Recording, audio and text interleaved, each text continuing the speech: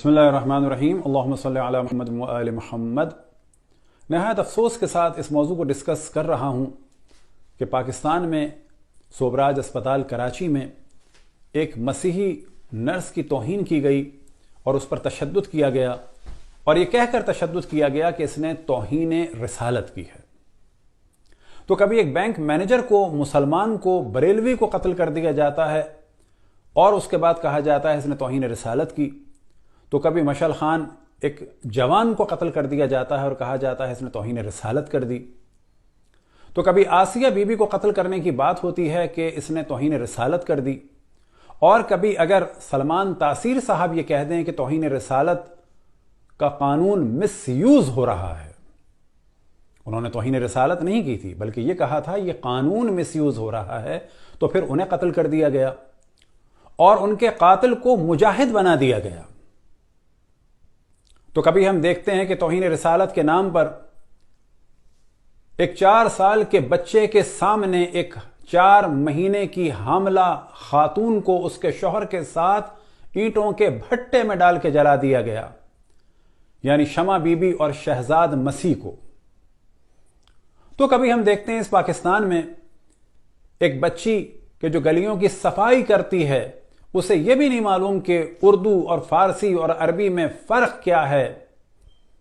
उस पर एक मुल्ला ने इल्जाम लगाया कि इसने कुरान की तौहीन की है। क्यों? कि उसके कचरे में बकौल उस खबीस मुल्ला के एक वर्का कुरान का भी था। तो क्या वो अपने घर से लाई थी वो वर्का, या किसी मुसलमान ने फेंका था? ये जो सब कुछ पाकिस्तान में हो रहा है इंतहाई शर्मनाक है।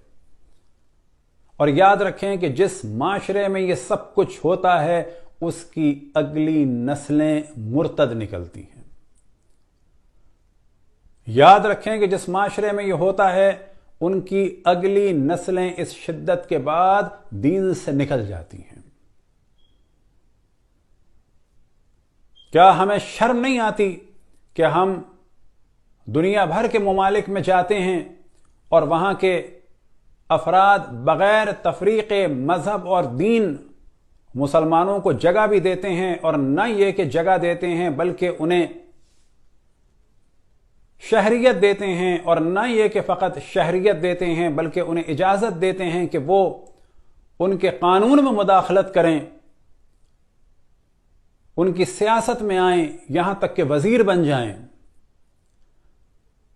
लेकिन क्या मुसलमान ममालिक किसी को शहरियत भी देते हैं?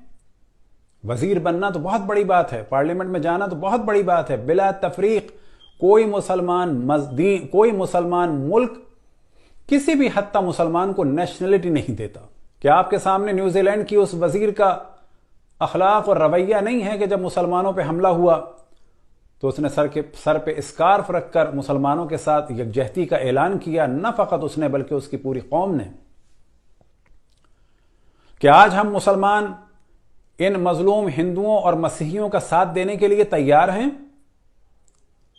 न्यूजीलैंड में मुसलमान बानियों में से नहीं थे, लेकिन याद रखें पाकिस्तान के बानियों में हिंदू भी थे और ईसाई भी थे। कायदे आजम ने एक सेकुलर पाकिस्तान चाहा था। यह दहशतगर्दी वाला पाकिस्तान नहीं चाहा था कि जहां खुद उनको भी काफिर कहा जाए, उनके मानने वालों को भी काफिर कहा जाए, और उसके बाद अहले सुन्नत के बाज़ अफराद को भी काफिर कहा जाए, और इसी तरीके से ईसाइयों पे जुल्म हो, हिंदुओं पे जुल्म हो। क्या आपको इल्म है कि पाकिस्तान के पहले वजीर कानून जोगिंदर नाथ मंडल हिंदू थे, बंगाल के थे।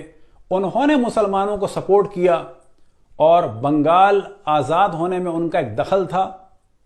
लेकिन जब पाकिस्तान बना तो कायदे आजम ने तो बिला शक उनका एहतराम किया, वो पाकिस्तान के पहले वजीर कानून बने। लेकिन कायदे आजम के दुनिया से जाने के बाद इतनी उन्होंने मुश्किलात देखी, और जब हिंदुओं के साथ कहीं बुरा हुआ तो उन्होंने एहतजाज किया और कहा कि हमें यहां पर राइट्स के साथ बुलाया गया था। लेकिन एक वक्त आया कि उन्हें पाकिस्तान छोड़ना पड़ा, और 1950 को वो वापस इंडिया चले गए, और इंडिया में जो उनका हाल किया गया क्योंकि वो पाकिस्तान का नाम लेके गए थे। क्या आपको इल्म है कि पंजाब पाकिस्तान के हिस्से में कब आया? कि जब इलेक्शन हुए तो कास्टिंग वोट था किसका? एसपी सिंघा का। کون ایس پی سنگھا کہ جن کے نام کا پاکستان میں ٹکٹ بھی بنا، دیوان بہادر ستیہ پرکاش سنگھا، کہ جو انڈیا اور پاکستان کے پنجاب کے آخری اسپیکر اور پاکستان کے پنجاب کے پہلے اسپیکر تھے۔ ہمیں ہر دین کا اور ہر مذہب کا احترام کرنا چاہیے۔ جس شدت کی جانب پاکستان اور تمام اسلامی ملک جا رہے ہیں، یاد رکھیں اسی شدت سے لوگ اسلام سے نکلیں گے۔ اب افغانستان میں شدت ہوئی، آپ جانتے ہیں کہ کتنی بڑی تعداد ایسی ہے کہ جو فقط اپنی بیٹیوں اور بہنوں یا سوشل بائیکاٹ کی وجہ سے دین کی توہین نہیں کرتے، لیکن اگر آپ ان سے تنہائی میں ملیں تو وہ اسلام پر اب اعتراض کرتے ہیں۔ کیوں؟ ان طالبان کی شدت کی وجہ سے۔ یہ جو پاکستان میں شدت ہو رہی ہے، یاد رکھیں اتنی ہی شدت سے لوگ لبرل ہوں گے، اتنی ہی شدت سے لوگ ایتھیس ہوں گے، اتنی ہی شدت سے لوگ اسلام کے خلاف ہوں گے۔ یہ تمام لوگ جو اسلام کے نام سے شدت پسندی پھیلا رہے ہیں، یاد رکھیں کہ یہ کہ مسلمان نہیں ہیں بلکہ مسلمانوں کے بدترین دشمن ہیں۔ یہ جو توہین رسالت کے نام پر شدت پھیلا رہے ہیں، یاد رکھیں کہ یہ رسول اللہ کے دشمن ہیں۔ آج نہیں تو کل یہ پاکستان کو اور مختلف اسلامی ممالک کو اسلام سے دور کر دیں گے۔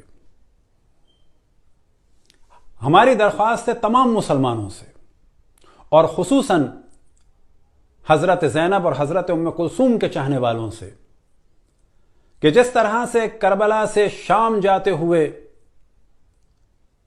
بعض عیسائی راہبوں نے اور عیسائیوں نے اس وقت کہ جب معاویہ کا بیٹا یزید فاسق اور فاجر اور زانی اور شرابی اہل حرم کو اسیر کر رہا تھا، ان عیسائیوں نے دختر رسول اللہ کا احترام کیا۔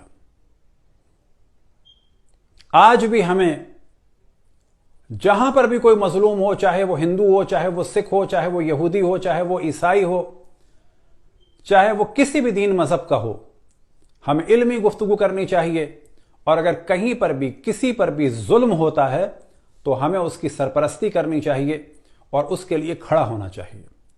یہ جو کراچی میں مسیحی نرس کے ساتھ یہ واقعہ پیش آیا، اس میں آپ